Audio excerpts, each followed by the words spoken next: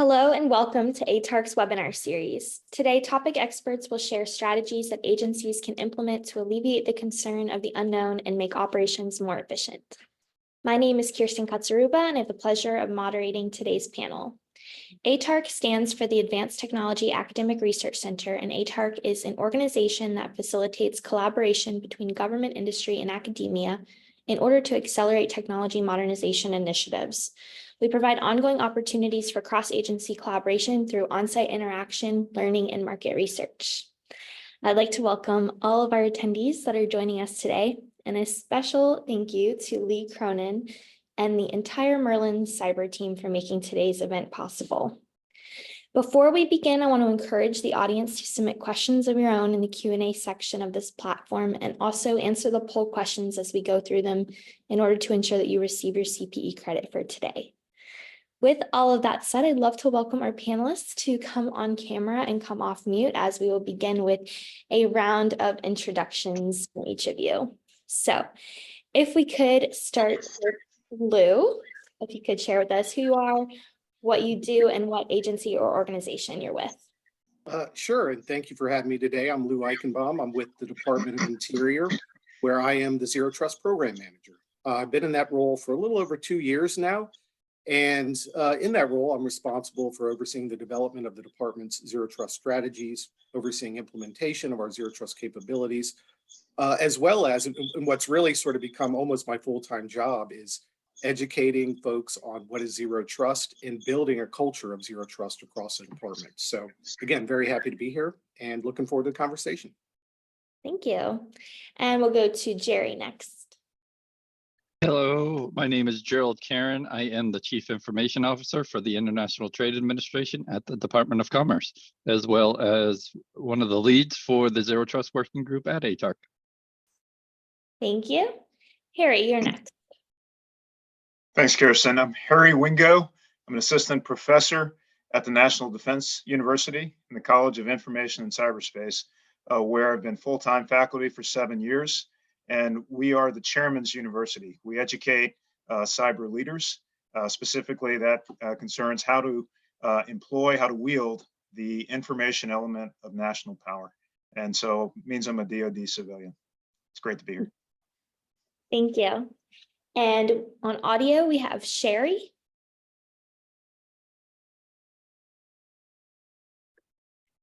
Sherry, you're muted.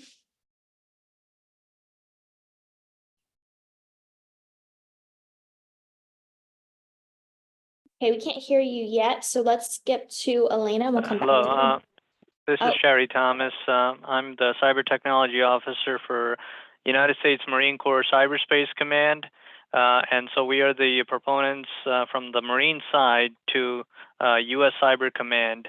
Why I bring that up is we have a number of actions tied to Zero Trust and the multiple pillars that we'll talk about in detail a little more. One in particular is network modernization, network unification, which is a single network for the Marine Corps, and that is to enable joint all-domain command and control from the DoD side. And we are actively working with the DoD CIO and the White House in terms of the Zero Trust initiatives. So I'll get into more detail as we go along. Thank you. Great, thank you so much. And Elena, you're next.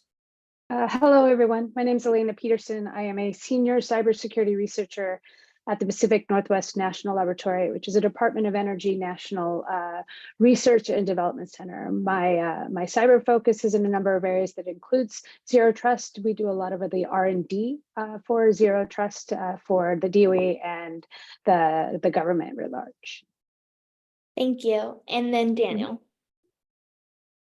Hi, good afternoon, everybody. I'm Daniel McGregor, a cybersecurity solutions architect with Merlin. I've been with them for about 4 years now, providing cybersecurity solutions and thought leadership to the federal government. I've worked in cybersecurity for around 25 years. My expertise lies in cyber identity, information assurance, compliance, and information risk management. Thank you for having me. Yeah, thank you all for being here.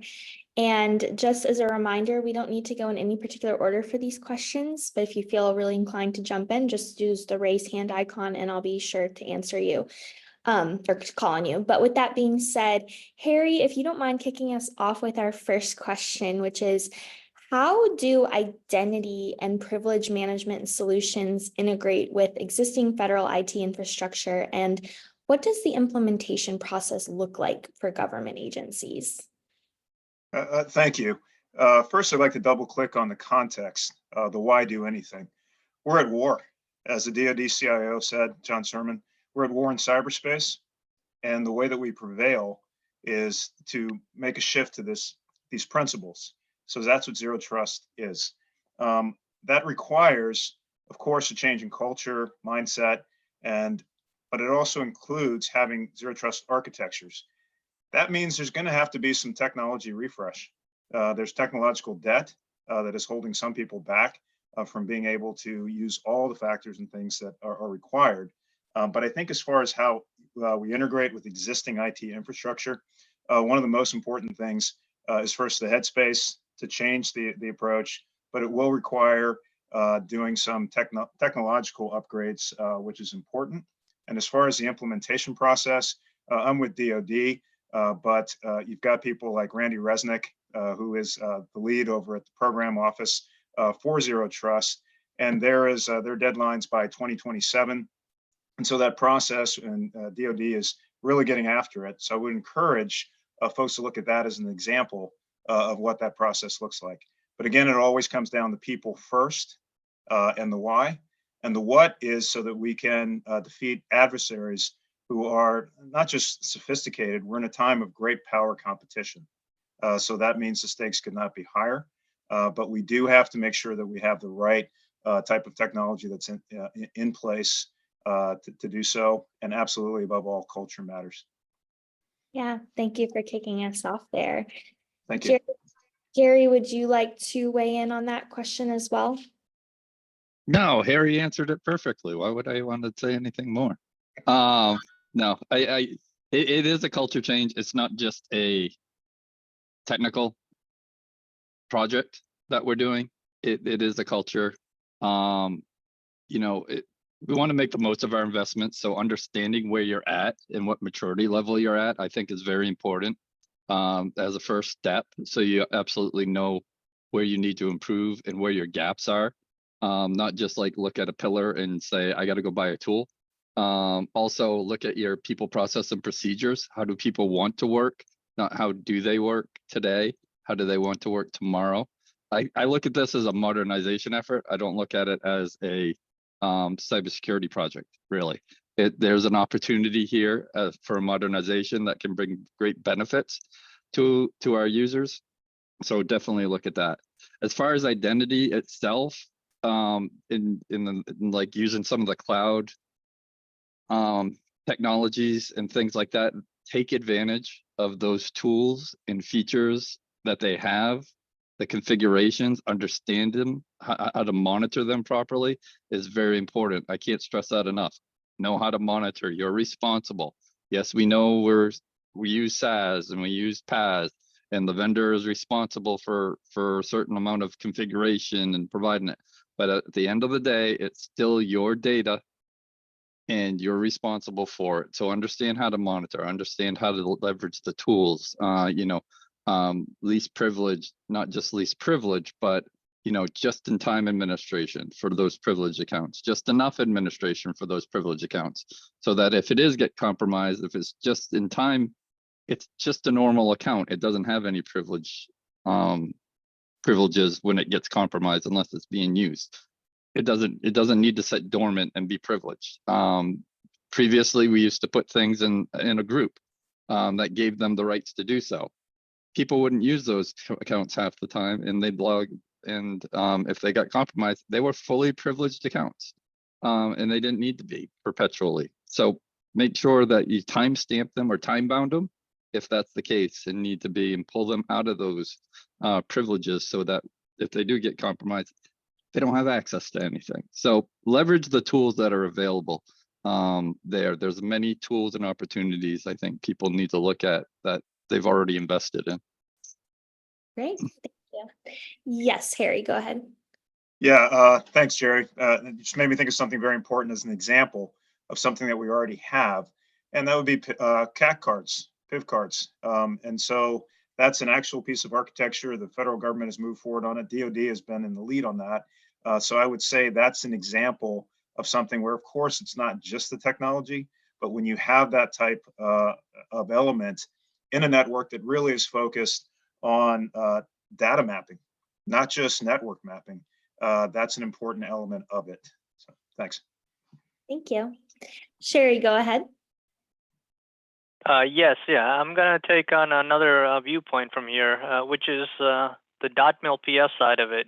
So the material solution, the technology is great, and we can keep up with industry or academia best practices, but at the same time, the user base, whether it be the civilian user base or the military user base, has to have that understanding that when the technology evolves, the adversary evolves. And when both of those evolve, we have to also keep pace and evolve as well. So that means cyber hygiene, cyber resiliency, and then the doctrine, organization, and the personnel and the facilities. All of these things have to match up, right? Every time you have new people coming on board, they have to be aware of the surroundings and the way that we are performing current activities, how they need to keep adjusting to it too, right? It is not from 5 or 10 years ago when technology was in a different paradigm, but now with AI, bots, and different technologies that are moving along, right? Machine learning, we need to keep up with the pace of all of that. So now you're looking at person entities, non-person entities, multiple different factors that are associated with it. So identity is the linchpin, because that's the way that anybody can come into the environment. Over. Yes, thank you for sharing those perspectives. Quick pause in conversation for our first poll question. This is for the audience. How well do identity and privilege management solutions integrate with your current federal IT infrastructure? So poll number 1 is up on the screen. Be sure to answer that in order to receive your CP credit. So moving right along to the next question. Lou, if you don't mind, I'd love to start with you on this one. How do single sign-on and multi-factor authentication features in identity management solutions enhance security and user experience for government employees?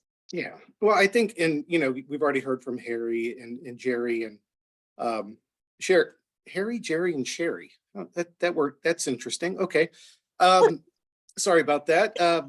Yeah, we heard about it, obviously, implementing multi-factor authentication, in particular, phishing-resistant solutions like using our PIV CAC cards, improve security. Passwords have been, a challenge for years. People can, compromise passwords, right? Those are much more secure. But one of the things I'm very excited about with Zero Trust is, not only are we improving our security posture by implementing these types of things like single sign-on, multi-factor authentication, but it's greatly improving our customer experience, our user experience. And as part of the department's Zero Trust strategy, we're very focused on improving our security posture, but we are also, very clearly focused on improving user and customer experience. We have multiple different functions within our organization, right? And hey, PIV cards are great. If you're sitting in the office and you want to, put your PIV card into a machine and log in, it's great. But there's other newer identity solutions out there that can support a lot of our folks that work out in the field. We have people out in the field who are, responsible for managing wildland fires. And sometimes it's not always optimal to, pull out your PIV card, log into a device while you're out, in the field. So looking at some of the newer, more modern identity types of capabilities that are out there are going to not only improve our security, but also improve our user customer experience and improve the safety for our folks out in the field. And going back to something Jerry said, we also see this as really one of the biggest drivers, at least that I've seen in my 20 some odd years in federal government, for modernization. All these things that Zero Trust, that we're trying to do within the Zero Trust program, it's driving us to modernize our infrastructure, modernize our applications. So we're leveraging this program again to improve security within our environments, but also modernize our environments, which will ultimately improve customer experience. Thank you, Lou. Elena, go ahead. Hi, yeah, I'll just add that that it's always been a push and a pull between user experience and security. And having been in cyber for a very long time, you want to be as secure as possible, but the people are going to rail against it if it's hard. So the more we integrate, the more we balance that, actually, the more mindful I think we find that people are for cybersecurity, because it's not the thing they hate so much. It's a thing that they can embrace because we, others, whomever, have worked to make their experience both secure and meaningful, useful, whether you're in the field or sitting at home, especially now. So I think it's really good to make sure that you're balancing that. And all this new technology, single sign-on, multi-factor, all of these modernization really helps to get there. So I think it does help us to be more secure in the end. Thank you. Jerry, go ahead.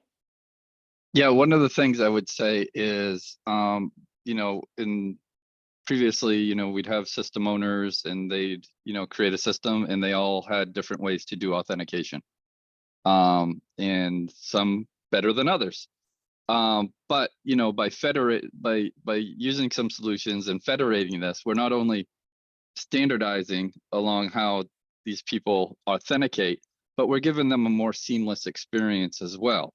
Not having to know how to authenticate with this system versus that system over there, and having, username and password over here, use a cat card over here kind of thing. We federate these applications with a standard. Now they have a more seamless way to go. We're able to centralize our monitoring as well, and put some standards around these things. So I think there's benefits from, that's why it's a good modernization effort. Seamless experience for the users while we're still maintaining a better security posture. Thank you. Okay, I see Lou's hand up. Go ahead. Yeah, I wanted to add on to that because that's a great point, because I mentioned our wildland fire program, but that's an interagency program. We work with several other federal agencies. We work with state and local governments to do that. One of our biggest challenges is that we all have different, credentials for how we access our systems, and they have to, at times, they need to access the same systems. So again, Zero Trust is really helping us solve some of these problems by developing common credentials. Not everyone can use a CAT card, but hey, FIDO2, that could be a solution, right? There's other now we're, it seems like for a long time, we haven't really embraced the whole biometric capabilities that we have. Now there's new technologies that are allowing us to use those as well. So yeah, it's not only driving, again, like I said, better security, better interoperability within our own agency, but also with other agencies, other federal and local governments. Thank you. And we have time for one or two more comments. Daniel, would you like to weigh in, as well as I want to bring attention to an audience question that came through about if one of the panelists could give their definition of Zero Trust just beyond policy management. So Daniel, what would you like to share? Sure, I'll field the topic question first, though. For multi-factor authentication, right? Single sign-on with any application, anything we do in security, right? We're typically seen as the bad guy. We want to roll out something. We're going to impact the way somebody does something, the ease in which they could or think they could have done it in the past, right? So I have a few big pillars of my own that I use personally, and one is to do things with a purpose, right? So when we're implementing a tool, it has to be done with a purpose to make sure that we're identifying how the people want to be able to work, right? How they should be able to work, and then protecting themselves essentially from themselves. If we can identify what that user should be doing and when they should be doing it, and collect those attributes about them, the more secure that environment becomes, right? So even if they are in the field and someone logs into the machine, if it's not in the time and place and certain aspects of that, we can block that access, right? I like to think about businesses to a level, right, where you might have a franchise. Well, that underlying organization isn't, let's say, McDonald's. It's somebody else, right? It's Daniel's Burger Shop. I want to own an identity that can scale or escalate when needed to privilege, and only use that when that's necessary, right? So when we're talking about multi-factor authentication, that's one piece of it, right? The FIDO2 token, I've got one on my key ring here. It's a great, easy thing to implement. There's very low impact to the user, but that escalation is so key, right? That we can protect the user to let them do what they need to and continue doing the work, right? Another pillar is sort of getting that person back to what they were hired to do, not the things that they spend most of their time doing all day long because they have to work in a process that may not work for them, right? Thank you, Daniel. And Sherry, I see your hand up. Go ahead. Yeah, so from the department perspective, what we use is we're always assuming compromise and someone is already in the network. So what we're trying to do is for each individual that is supposed to be there, behavioral analytics, what is the enterprise looking like on the enterprise level and in the individual level? Is there an individual that's logging in at 3 a.m. and what is that purpose, right? Do they do that consistently? And then we always, even if they are getting on at that time, that's okay. But then you also verify every time they have access to certain things, right? So going back to that previous comment is you increase or decrease the privileges or access as appropriate on different areas of the network, so you don't cause larger harm. And then you always have to know about unknown unknowns. Is basically if there is something that's already out there, right? Most people in the audience is probably already tracking living off the land and Volt Typhoon and adversarial effects that are persistently living in the network. So now we got to figure out from an analytics basis, how do we look at the larger scope in terms of if someone is intermittently on there, is it supposed to be like that, or is it somebody's trying to get more and more access into the network because of confidence boosting or some other mechanisms? Thank you. Thank you. Lou? Yeah, and I wanted to add on to that, and I was going to briefly give sort of my high-level definition of zero trust, because it kind of ties into what Sherry was just saying. It's really moving away from a network-centric architecture, right? Where we built these large networks that delivered services to our customers, and we relied on perimeter security controls to protect those services. We realized that doesn't work, right? We can put as many perimeter controls as we can around the network. Eventually someone will get in, and once you're in, you're considered a trusted entity, so you can access whatever's on the network. That's where zero trust comes in. It moves it to a data-centric architecture where you're focusing on putting the appropriate security controls around your applications based on the criticality of those applications. So that's great. So now you got the right controls around those applications. The other nice benefit of that, it allows you to accept more risks in other areas where maybe I don't need the same level, right? So it gives you, better flexibility. And this is where identity becomes so important as an enabler for zero trust, because you have to make sure that you're using the appropriate methods to ensure this individual, this identity can only access what they need. And again, it's moving beyond the traditional role-based access to looking at more granular methods for accessing services, looking specifically at attributes, looking at context, and many other factors to make decisions. And then again, tying it all together with a method of continuously analyzing and validating this. So at any given point, if someone for whatever reason no longer, you change jobs, automatically, hey, I no longer have access to that resource, right? And you have ways to monitor that. So yeah, that's sort of my definition of zero trust and what we're trying to do here in the department. Yeah, thank you for answering that one. And we're going to do a quick pause again in conversation for our second poll question. So again, this is for the audience. If you want to receive your CPE credit, be sure to respond to this. How effectively do privilege management solutions manage user privileges in your organization? So be sure to respond to that. Elaine, I'd love to start with you with our next question here, if you don't mind, which is, what strategies do privilege management solutions employ to effectively manage user privileges, and how does this contribute to the zero trust security model? So I think we've in some ways said a lot of this already, but I'll just reiterate. All of the sort of least privileges, role-based kinds of activities are all the kinds of things that are being employed now that can work together for zero trust, with the whole idea of really, like Lou just said, putting the trust where it needs to be. These are all very the sort of the ground floor of how these things get started.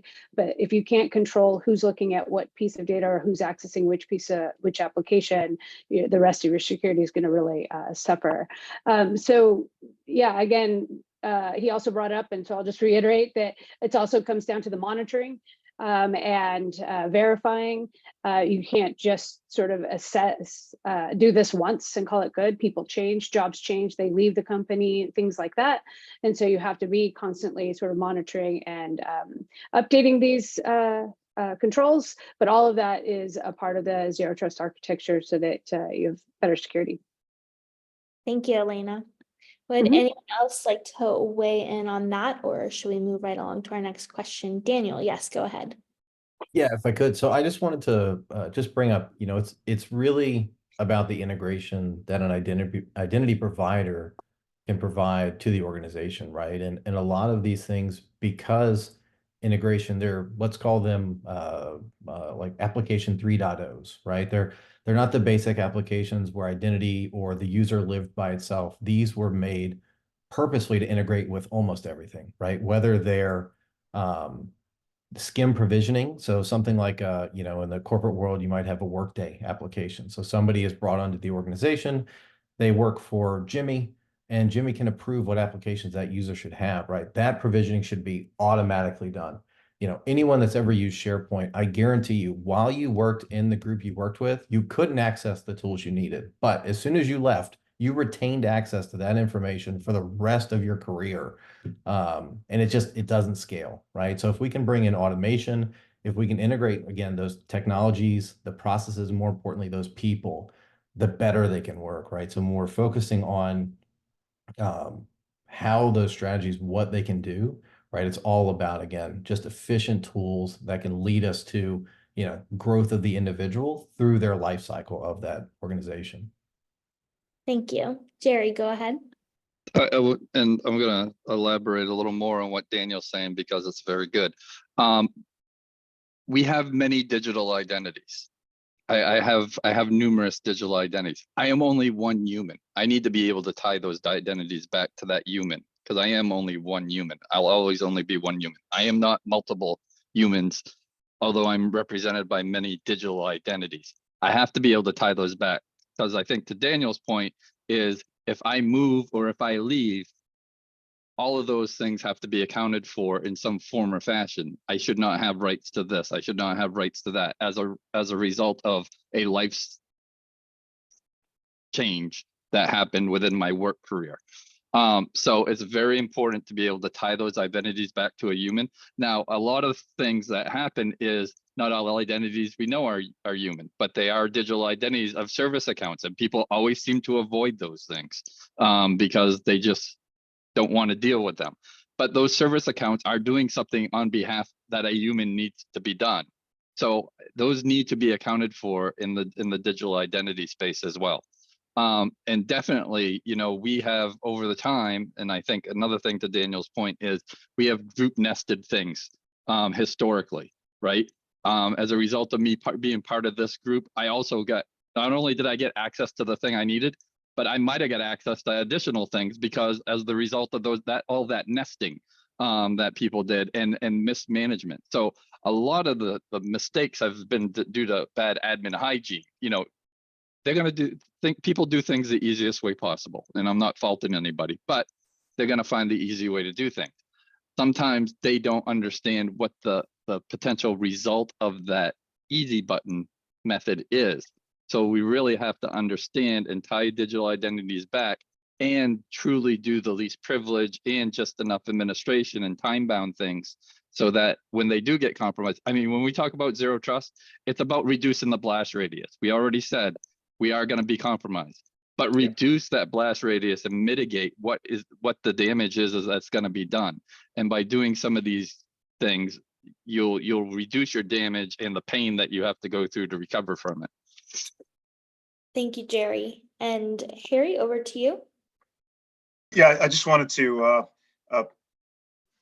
build on something Jerry made me think of, which is the speed at which all of this happens.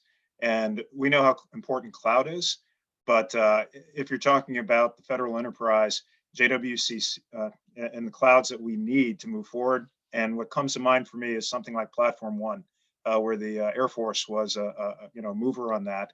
But the private sector is typically ahead because they can go faster on a lot of things. But when we look at the partnership for hitting analytics, so analytics is so important to understand the complexity. And as Jerry said, if you're doing different roles, but how does the ecosystem itself, the architectures that you're using, is it tied in, or is it something that's similar to what others are using? And Sherry, I don't want to jump into something you might say about JADC2, but when I think about how this has to be tied together, how it has to work together, and this is where ATARC comes in, having those use cases that are not only notional, but are actually tried and tested. And it's hard to keep this moving, but at this scale, we have to have clouds with folks that we trust, and particularly, again, in a great power competition environment. And it's only going to get even more complex when we look at things like 5G, 6G. Open radio access networks is going to remake what the internet is. And so having this type, yes, the principles matter, but how they're applied into these zero trust architectures, it's so important that we get on the same sheet, and you can't stay static. So analytics is going to be key, but the cloud power and where that's going, it's so important to keep up with it as a team, Thanks. Thank you. Elena, go ahead. Hi, yes, sorry, since you opened the 5G and beyond world, I will jump through and in because I do that as well. But I think, yeah, it's going to be a game changer, and it's based on zero trust. But the actual implications of that and the interplay between what we do now and a whole new networking system in that world is going to be, it's going to be an interesting new world for us to go into. So getting it right the way where we have it now is really important so that we can be prepared to do that in that sort of new world order. So thanks for opening that door, Harry. All right. Well, thank you all for sharing your perspectives there. Moving right along to our next question. Sherry, if you could start us off here with this one, which is, how do identity and privilege management tools streamline operational efficiency while ensuring the highest level of security for government agencies? So on that, to streamline, you need to be able to have customer confidence, customer user experience, right? Yeah, that all has to be tied at the hip, because at that same time, they need to have validation and verification of the data that somebody is sending from one individual to another individual, or an individual to a group, or whatever the case may be. They have to be secure, and they have to be aware that that's getting transmitted at the right point in time, at the right place, to make mission or whatever operational need that is. So going back to privilege management and streamlining, it's basically, we are on the back end, you have to have the ability to session monitor and record. Passwords have to be vaulted and managed accordingly. And then governance reporting and auditing and alerts have to be set in place. So if there is some kind of tripwires in place, as Jerry mentioned before, right, the blast radius, you got to make sure that's contained at the same time. So on the Navy side, we're looking at something called Naval Identity Service, which is multiple different providers providing an integrated set of products for ICAM capabilities for the naval enterprise. Why I mentioned that is Harry, in the previous comment, made a reference to JADC2. So when the Navy is tied together in identity, then that helps in terms of the joint staff from the Air Force and the Army and the coalition or combatant commands. And then you enlarge it one more, and then now we can work with the Department of Interior or the Energy or other areas as well, because, for example, there might be for a case in point that an energy system or an ICS SCADA that we need to come across. We need some of our partner expertise from the Energy Department for the Interior Department. They need to have access into our environments too. So now, and then I enlarge it one more and say, how about our coalition partners when we get into these kind of scenarios as well? So if there's, for example, in Guam or in some kind of theater, we need access from certain other individuals from local power and energy, local water station, that may be our coalition partners. They need to be able to get in and then get off at certain points in time too. So it's basically identity aggregation, identity distribution, and then Jerry also mentioned eliminating copies of multiple different sets of identity too. So I know I threw out a lot out there, but it's basically the linchpin is federating all the identity management and still at the user level having a single sign-on, web-based access management, or ease of use. Thank you. Thank you, Sherry. Appreciate you kicking us off with that question. Would any of our other panelists like to add to that? I know he did such a great job responding, but we have time. Daniel, go ahead. Yeah, just to add one point, I think, it's important. Sherry pointed out, really centralized management of the identity, but the user itself isn't always using, let's say, an application or a system that, is able to be integrated in an identity solution, right? So, in the real world, in the commercial space, we have password managers, right? Whether it's Chrome that asks us to save our password all the time, and we shouldn't, but we always do. Click, yeah, go ahead and save it, right? It's not a great thing. These credentials can be harvested moving forward, right? Where that identity, we're no longer talking about just-in-time access, right? We're talking about possibly escalated privilege to a legacy application just can't support it, where something like a workforce password manager could integrate with an identity provider and allow that user to safe store an identity in a vaulted solution, right? Not on a notepad or not underneath their keyboard, not in their wallet, right? And allow them also to enable something like multi-factor authentication for that legacy application where, let's say they share it. So I've got, a federal entity that came to me and said, we had an issue with a public account that we use, something in social media.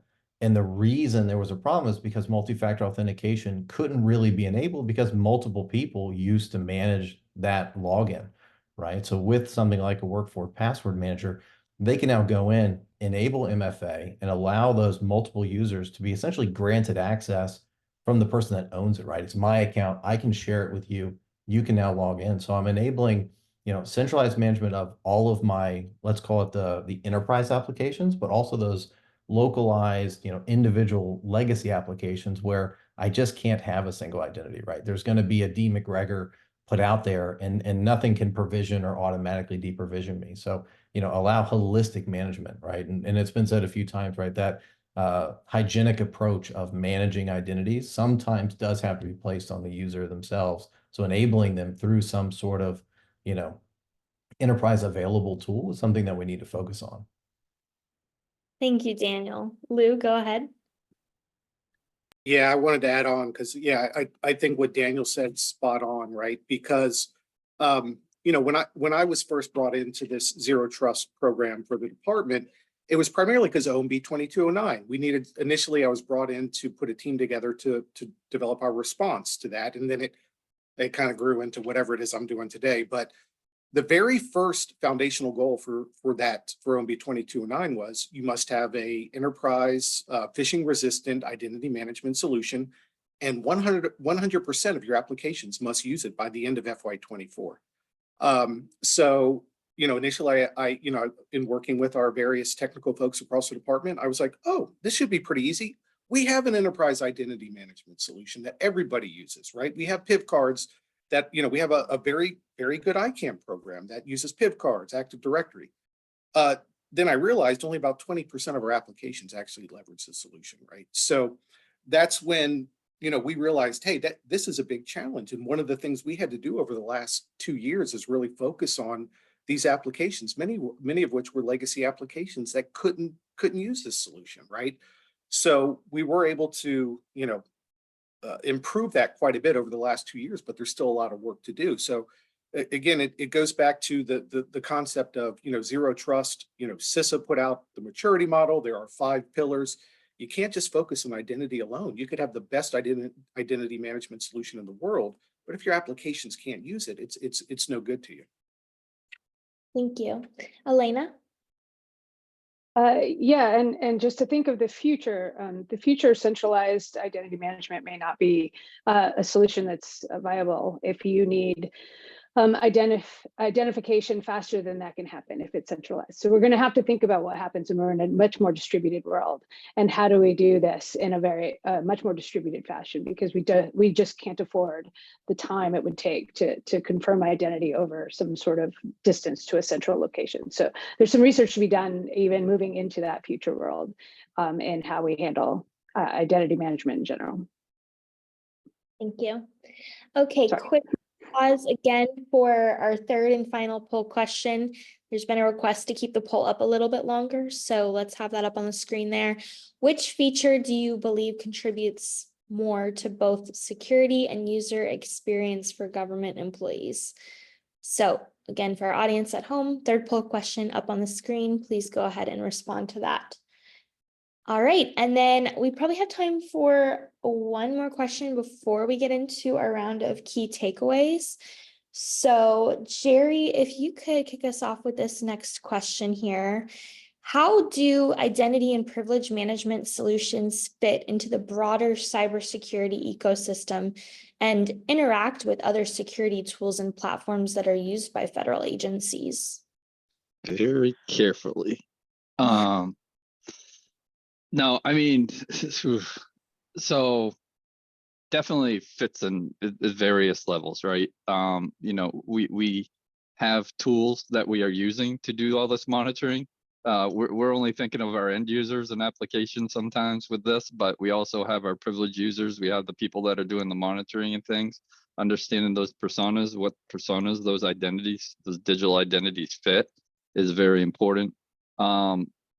You know, what that ecosystem is, what is your risk tolerance for certain things? There are legacy systems out there using username and password. That's going to be a higher risk to your environment, but can you contain that to be sure that you do reduce the blast radius if compromised? But definitely you have to take into account, you know, your environment, what you have available to you. Doing that as is so important. Understanding what you have is so important. Understanding what your potential capabilities. If you did not spend another penny, what can you do today? Really understanding that. And you know, when we talk about the identities, yes, it gets compromised. But if you were the cybersecurity analyst, you're probably, and I get compromised, you're probably going to ask, what did I have access to, and is there exfil? That's about the data.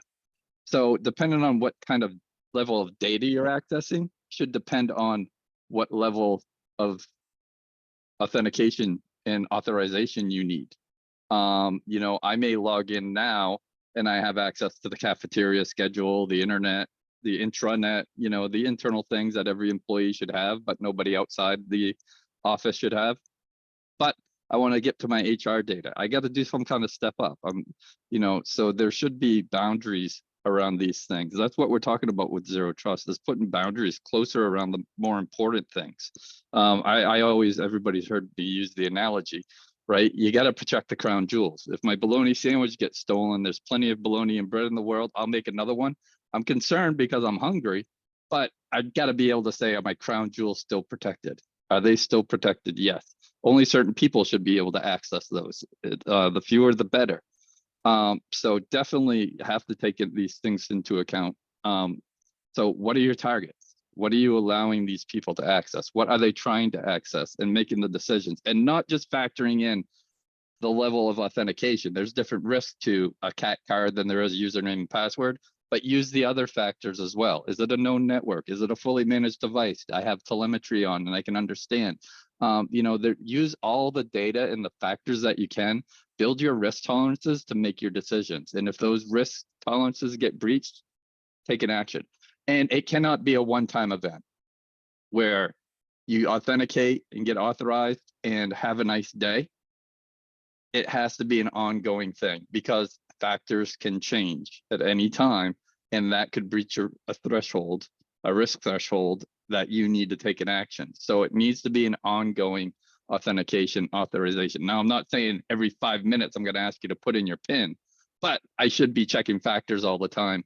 You know, behavioral analytics and things like that, that you are who you seem to be, kind of thing. So there's many things I think that you got to take into account looking at this.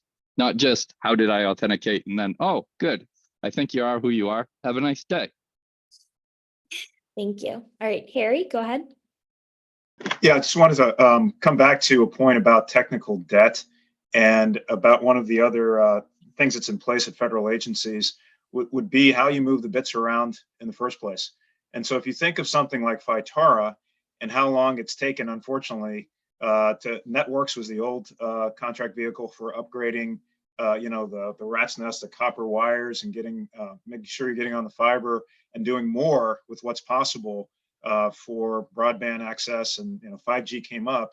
But I think really being able to have that culture and having leaders that can provide the context so that you can get these things in place and really be able to have a modern and that's come up already in this conversation, but to have an upgrade tech refresh so that you really can use the cloud, you can use the analytics that are possible now.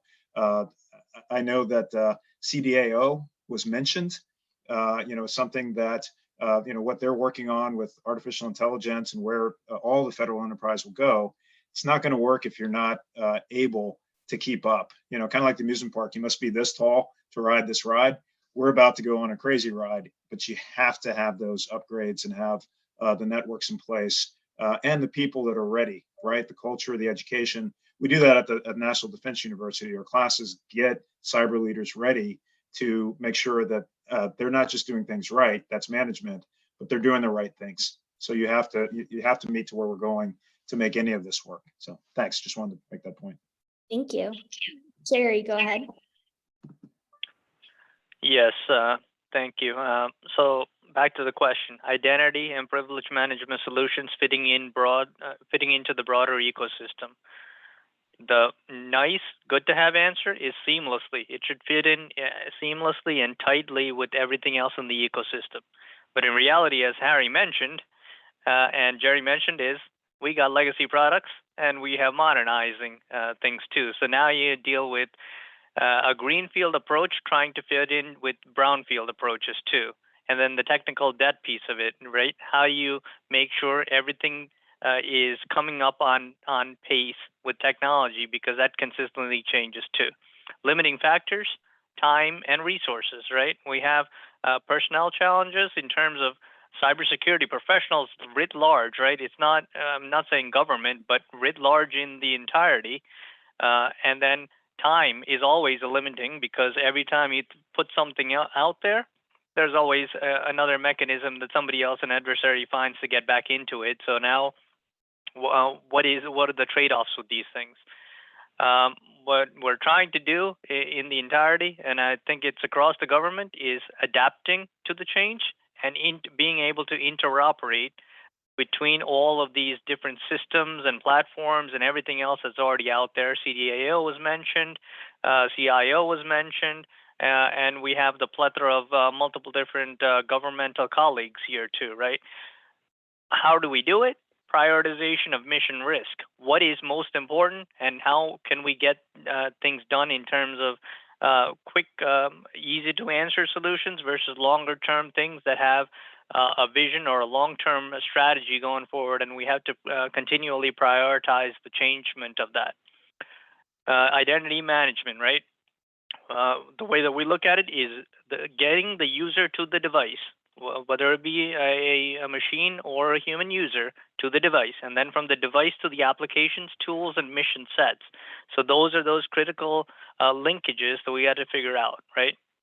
And then what I leave off with there is the network has to be able to adapt to all these changes, right? Because you have a modern security architecture, the network cannot be limiting, saying, oh, now I'm not going to grant usage, or there's 3-second authentication, 5-second authentication, something that's out there. Oh, but the network prevents us from getting that. So we got to figure that out, because otherwise you're going to have a problem with the data or getting access to that information. Why I am not on camera today? I'm on the NSA campus, so now everybody knows from the entire community, cybersecurity is a big deal around here. And so who has access, what has access, and how much damage can be done? We're always assessing all of these different paradigms on a daily basis, and I see a bunch of other hands up, so I'll stop there. Thank you. Thank you. Yes, last two comments here, Harry and then Jerry. Harry, you're on mute. We had to check that once off on this whole thing. So I was going to say is red teaming and, you know, the issue of actually poking what's out there. And so as far as how things fit in, you have to have the culture of really just building the thing, putting it out there really quickly, but getting feedback. You got to set up those OODA loops. That has to happen within your organization, but also within the infrastructure itself. And you have to always be learning. And at this point, yes, it's technology, but I have to hold up my copy of the Phoenix project. I know that when DoD was talking about, you know, Platform One and some of those issues, this is a business fable about how you just create value by freeing people up to work the right way on teams. And so just wanted to say, you know, the point about showing that it actually works with red teaming. And again, back to what ATARC's working on, having those models, those overlays that everybody else can refer to. Reference models and architectures are important as well. Thanks. Yeah, I was just gonna say, you know, we always talk about the sense of the malicious actor, but I will tell you, our users are going to try to get their job done. And they're going to try to circumvent, and if something's difficult, they're going to try to find a way to get it done because they're getting a mission done. They're not malicious, but they will try anyway because our users are probably usually our weakest point. Saying that, I don't care insider or outsider. That's what I love about Zero Trust. I don't care if you're an insider or an outsider. I'm going to verify things before I allow for it to happen. Now, if that person is the non-malicious actor trying to get their job done is able to circumvent my security, well, boom, guess who else can, right? So it's not always a malicious actor, but we have to factor in that our regular users too, we have to factor in that they're going to try to do things, not intentionally, but we have to be told them, you know, have knowledge of that as well. Because if they circumvent it, bad guys can circumvent it. So the best we can do around least privilege is the better. Thank you. All right, we are coming to the end of our panel, so we are going to wrap up with a round of key takeaways from this discussion. So each panelist share just one of your greatest key takeaways from this last hour that we've been online. And Lou, if we could start with you, please. Sure. And one of the key takeaways for me is really the idea that Zero Trust is a team sport. I know we were focused on identity today and the importance of identity, but just going to what Jerry just talked about, again, you could have a very effective identity management solution. It could limit your identity to only specifically what you need to access to. But let's say, I don't know, like the Snowden example is a really good one. Snowden had the authorization to access all of that data, but on a given day, he was doing anomalous activities that weren't detected. That's where Zero Trust could have come in and said, hey, wait a second, this person normally doesn't download gigs and gigs of this type of data. This is happening today. It's an anomalous activity. Let's do an automated response. So again, I think that's, you know, identity is very critical to the success of a Zero Trust program and to the security posture of your organization. But it has to be able to work with all of the pillars within a Zero Trust environment. And just one other thing is that Zero Trust, I think a couple people mentioned how everyone hates cybersecurity. And I've been doing it for 25 years in the government. I know everyone hates it. But you know what everyone really hates? People hate 12-character passwords and having to remember them, special characters. Zero Trust is giving us the opportunity to sell a better cybersecurity solution that users will actually appreciate and like. So it's an opportunity not only for us to improve security, improve customer experience, take advantage of that. Thank you, Lou. And Daniel, what is your one key takeaway from today? Yeah, I just wanted to touch on something Jerry said. The malicious actor or determined user is the thing that sort of came to my mind, right? That implementing these identity solutions, right, that they have to be done right? You've got to be able to vet the solution. You have to be able to test it and test it across a wide ranging list of users, right, with different roles, different responsibilities. And again, like I said originally, is roll it out with a purpose, right? To make sure you have a plan in place, that there are processes and and escalation points where when there are problems, you can back off and implement something maybe tuned a little bit differently. So I'm pretty blessed at Merlin Cyber. We have a labs department where we worked with ATARC on phase 2 directly, and we implemented and integrated like 22 different solutions, right, across a number of different vendors. And to be able to do that pretty easily, right, and display what that functionality looks like, not only to the identity pillar, but the others, it really brought to me that identity, in my mind, isn't a pillar of zero trust, probably a foundational layer, right? Everything should be built off of it. And in some cases it can't be, but if we focused on identity first, then we could realize or rationalize how those other pillars should fall into place, whether it be data or networking or the others. Thank you. Elena, what is your key takeaway from today? Well, I'm glad to see that we're all talking about zero trust and how important it is and how foundational it is, and that we need to get it right. I think it may not have been the biggest takeaway, but I heard a lot about automation, and I think automation is going to be key so we can be prepared to do the next big thing. And so the more better, faster, more effective zero trust we can implement now will get us set up for doing more in the future that'll be needed. So that's a takeaway, at least, besides the others that we've talked about. Thank you. Sherry, what is your key takeaway from the discussion? Absolutely. Thank you. Thanks for having me on this panel. What I would say is just remember for the audience, everything is a system of systems. Everything is interconnected with one another. Everything we touch, use, sense has a computer attached to it. So the way that you access into it is through user privileges. So you have to have zero trust at the core. And then, as was mentioned in previous panel speakers too, right?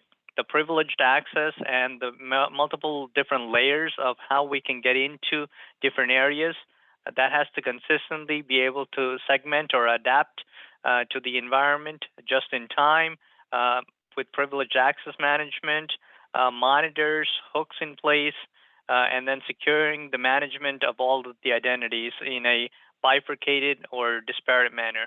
Thank you. Thank you. Okay, Jerry, what is your key takeaway? That I need to drink more Mountain Dew before these because I'm having a sugar crash right now. No, my key takeaway is the moral is write data to the right people at the right time. Be judicious. Use that principle and think about how you approach this. That's what it should be. Write data to the right people at the right time. Not all data to all people all the time. Also, don't avoid the hard stuff. Focus on the hard stuff too. A lot of people go for the low-hanging fruit because they knock it out, but then they keep pushing off the hard part. Don't push off the hard part. Yes, it seems hard, but you know, it's got to be done. If you don't do the full scope of this and just do little pieces, yeah, you're a little better, but you still got a long ways to go. So don't push off the hard stuff. You know, I've mentioned service accounts before. People push those off. Those are just as vulnerable as any other account that's out there. So don't push off the hard stuff. Look at it completely. Do the use cases. Understand like the life cycle from entrance to retirement or whatever it may be, and all the life cycle things in between. Do those use cases because there's some odd processes and procedures depending on what happens in a life cycle of a user. But map those use cases and do the hard stuff too. Man, that's a good life lesson, isn't it? Also, Harry. Okay, so final key takeaway. Yeah, my takeaway is in this war that we're in with very high stakes, great power competition, and the need for modernization. Of course, culture and people and education comes first, and that this is complex, but we need to have that modernization in order to understand what's going on with the actual data, both the data that we're protecting, but also the data now that we can use with analytics and automation with AI that's coming online, that we have to build this in a trustworthy way in partnership with industry, in the federal enterprise, but also with our allies. So my takeaway is, of course, it's culture, but zero trust is a shift in how we have a philosophy for protecting our most highest values, protecting the nation, and that we can do it, but it's going to take a lot of hard work and teamwork like we have here. So thanks. Excellent. Thank you all so much. And we're ending right on time. So before we go, I do again want to thank our partners at Merlin Cyber for making today's event possible, and our panelists and the folks at home for joining us. I know we had some really great conversation in the Q&A chat today. So thanks again. We hope to see everybody at our next event, which is up on the screen. And just before you go, be sure to respond whether or not you'd like to receive your CPE credit. So go register for our next one on May 16th at the same time, and we will see you then. Hope everyone has a great rest of their week. Bye. Thank you. Thank you.